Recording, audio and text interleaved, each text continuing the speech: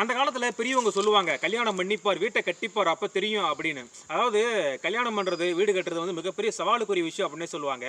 உதாரணத்துக்கு திருமணம் அப்படின்னு எடுத்துக்கிட்டோம் அப்படின்னா, சரியான வயசு வந்த உடனே சரியான வாழ்க்கைய தேர்ந்தெடுக்கணும். அதாவது பொண்ணு பார்க்கணும். அப்புறம் பொண்ணு பார்த்து செலக்ட் பண்ணணும். அதுல 20 தடவ, 50 தடவ பொண்ணு பார்த்து தேர்ந்தெடுப்பாங்க. அதுக்கப்புறம் நாள் குறிச்சு நிச்சயதார்த்தம் பண்ணுவாங்க. அதுக்கப்புறம் தேதி குறிச்சு அன்னைக்கு கல்யாணம் பண்ணுவாங்க. ஒரு நாள் நடக்க போற கல்யாணத்துக்காக மாசக்கணக்கா செலவு பண்ணுவாங்க, பிளான் பண்ணுவாங்க, ஓடி ஆடி வேலை செய்வாங்க. அப்போ நல்லபடியா கல்யாணத்த முடிச்சு, அடுத்து புது வாழ்க்கை வந்து ஸ்டார்ட் பண்ணுவாங்க. கல்யாணத்துக்கு வந்து ஆயிரக்கணக்கான மக்கள் வருவாங்க. அவங்கலாம் நல்லபடியா சமாளிச்சு, அவங்க நல்லா சாப்பிட விட்டு, அவங்ககிட்ட இருந்து ஆசீர்வாதத்த வாங்கி அவங்கள அனுப்பிச்சு விடணும். ஸோ கல்யாணத்துல வந்து இவ்வளோ பெரிய விஷயம் இருக்கு. அதாவது ஒரே ஒரு நாள் நடக்க போற அந்த கல்யாணத்துக்காக மாசக்கணக்கா நெறைய பிளான் பண்ணி, ஒவ்வொன்னும் பார்த்து பார்த்து பண்ணுவாங்க. அதனால தான் கல்யாணம் பண்ணிப்பார், வீட்ட கட்டிப்பார் அப்படின்னு சொல்லுவாங்க. அதே மாரி வீட்ட கட்டிப்பார் அப்படின்னு ஏன் சொல்றாங்க அப்படின்னா, வீடு கட்டுறதுல அவ்வளோ சவால்கள் இருக்குங்க. ஃபர்ஸ்ட் ஒரு இடத்த ஃபிக்ஸ் பண்ணணும். அந்த இடத்துல வந்து எப்படி வீடு கட்டணும் அப்படின்றத வந்து பிளான் பண்ணணும். அந்த இடத்த வந்து வீடு கட்டுறதுக்கான இடமா ரிஜிஸ்டர் பண்ணணும்.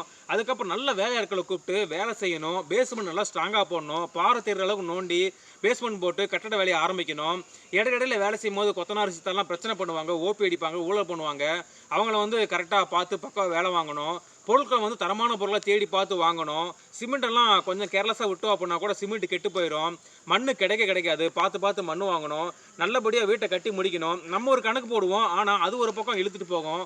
ஸோ இந்த மாதிரி வீடு கட்டுற விஷயங்கள்ல நிறைய செலவுகள், நிறைய பிரச்சனைகள், நிறைய சவால்கள், நிறைய சூழல்கள் இருக்குங்க. ஒவ்வொன்றும் பார்த்து பார்த்து பண்ணணும். ஸோ வீடு கட்டும்போது நம்ம என்னென்னலாம் கவனிக்கணும், எதெல்லாம் முக்கியம், என்ன செய்யணும் செய்யக்கூடாது அப்படின்றத ஒன் பை ஒன்னா ஒவ்வொரு வீடியோலையும் நம்ம தொடர்ந்து பார்க்கலாங்க.